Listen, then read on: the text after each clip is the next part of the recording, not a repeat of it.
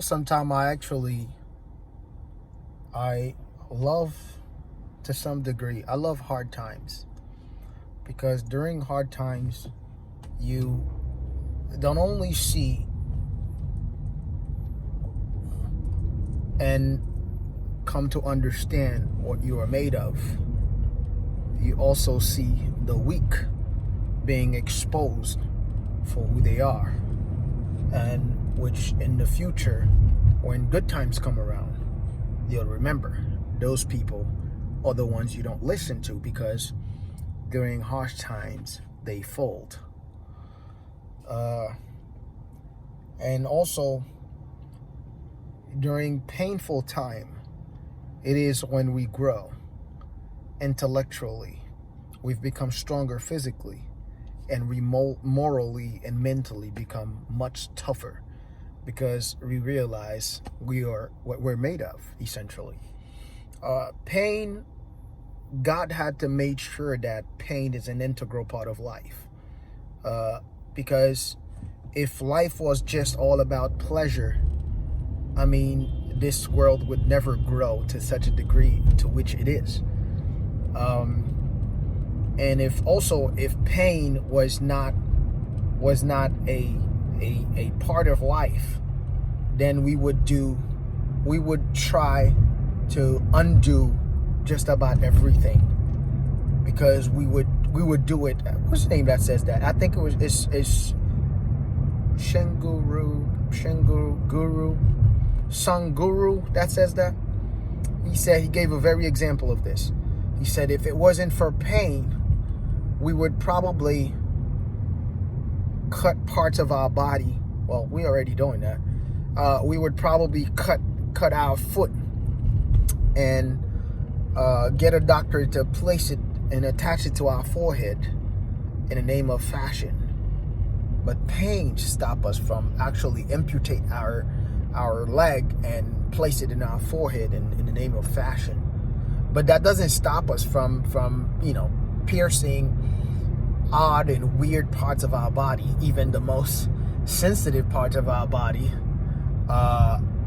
in the name of fashion. So God understands that it is human curiosity to try to outdo the master.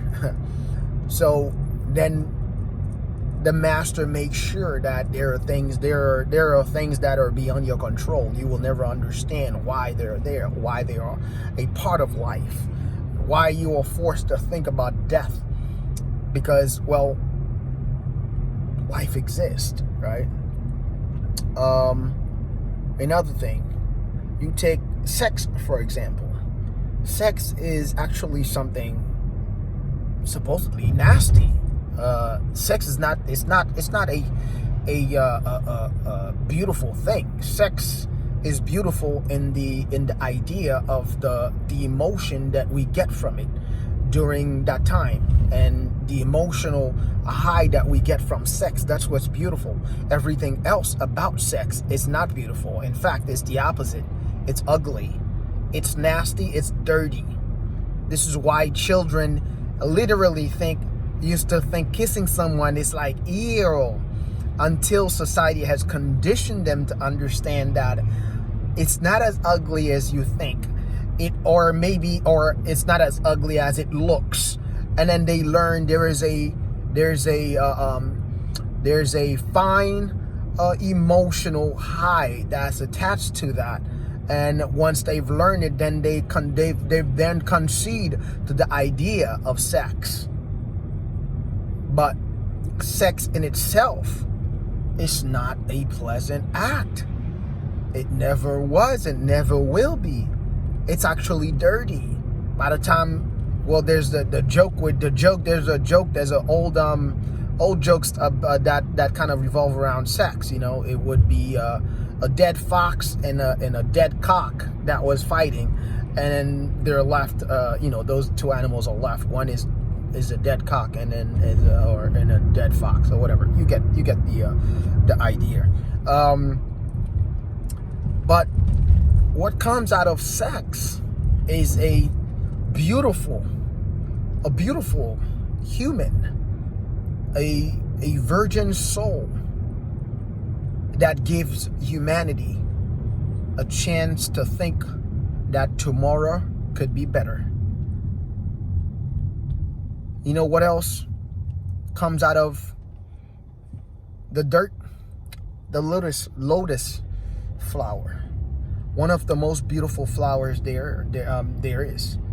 And it rises from the dirtiest water. And the dirtiest mud comes the lotus flower. So there are things we will never understand, simply because our mind is not the all mind.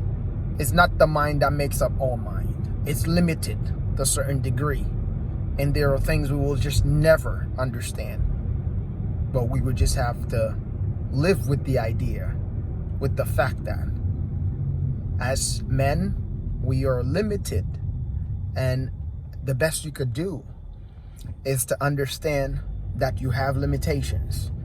And when there's a call for things that are greater than yourself, then you have to apply faith, which was another tool given to you by the great Almighty.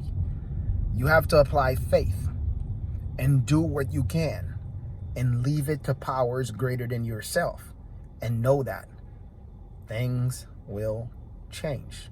Not for the worse, but for the betterment of society and humanity as a whole.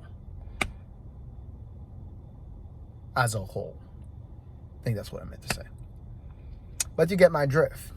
I just wanted to come and deliver this short segment message to you. I hope you receive it well. Cheers.